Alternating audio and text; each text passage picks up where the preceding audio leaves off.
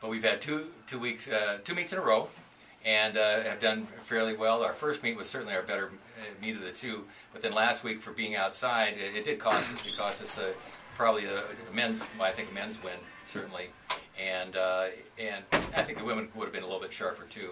And the place it cost primarily was doing stuff on the track. I think our field events went about like we thought, but because I think their legs were just rested, but the people in the track were maybe not quite so prepared. We were off as much as almost 0.8 of a second in the 400 for quite a few of the people. Although you did have to, practice outside for most of the week, is the team that you saw this week more of the team you thought you'd see the week before? Does that make sense? Well, I guess to answer your question, yes. And in some of the areas that I thought we'd run more like that on the first meet, and actually we were more prepared at the first meet. And then of course my hopes got up, and I think that still the team we saw the first week, it's just that without doing the intervals in the track and being able to do some of the speed work and some of the prep work, that it cost us a little bit. And for example, we beat Utah Valley on the men's side fairly handily the week before, and kind of caught our lunch this time.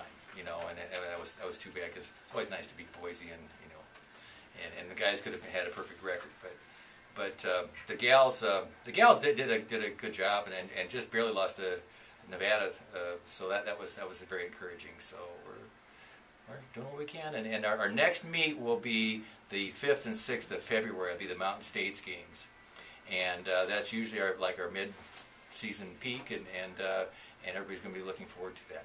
We have a few athletes that will be going to the Reno Pole Vault Summit this week. It's not really a counter meet in terms of NCAA qualification, but it's just such a great event, and there'll be over 1,200 athletes there doing the pole vault from 6 years old to probably 80 years old, and a lot of collegiate athletes too. And for the Bengals, our Bengal athletes will be there, and will be helping out with the clinics, and we have a number of things that we've done that we can share with them, and with the high school athletes especially doing clinic work there, and our people will be, it's kind of learn by doing, learn by teaching, and that's a great experience for them. And Dave, that's the one with the kind of the two crossed pole vault tracks and stuff like that, correct? Well, it used to be. Okay. It used to be in the Grand Sierra Hotel, the old Hilton, and they had a beautiful stage that was just huge, and we had cross runways. Now it's back in the Livestock Center, so it's not quite as nifty, as nice as it was before, but it's still a heck of an event, and there will be over 60 competitions on Saturday. I think there are 14 collegiate sections, and as well as many high school and masters, and so it's really quite an event. And one of the biggest things for the Bengals is that we're going to get a pole vault pit out of the whole deal. So we'll have a new pole vault pit, which is good because our people are starting to bottom ours out. Mm-hmm. How important is this next meet then, the Mountain State game, being a 2-day meet like the conference meet is? Oh, I think it's very important, and like I said, it's our mid-season peak, and it's one that really kind of tunes us up for the Mountain States game, or maybe for the conference championship, and it's scheduled in much the same way, not exactly, but much the same way as our conference championship. So the athletes who are doing the combined events, the women's pentathlon, the men's heptathlon, will have that chance to do that, plus come back in other events, and so they have a chance to do more things.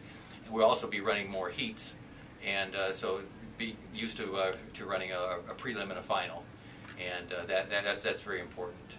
And it's about the time of year that hopefully our conditioning is coming around, and race tactics or whatever. Anything else? Thanks, Dave.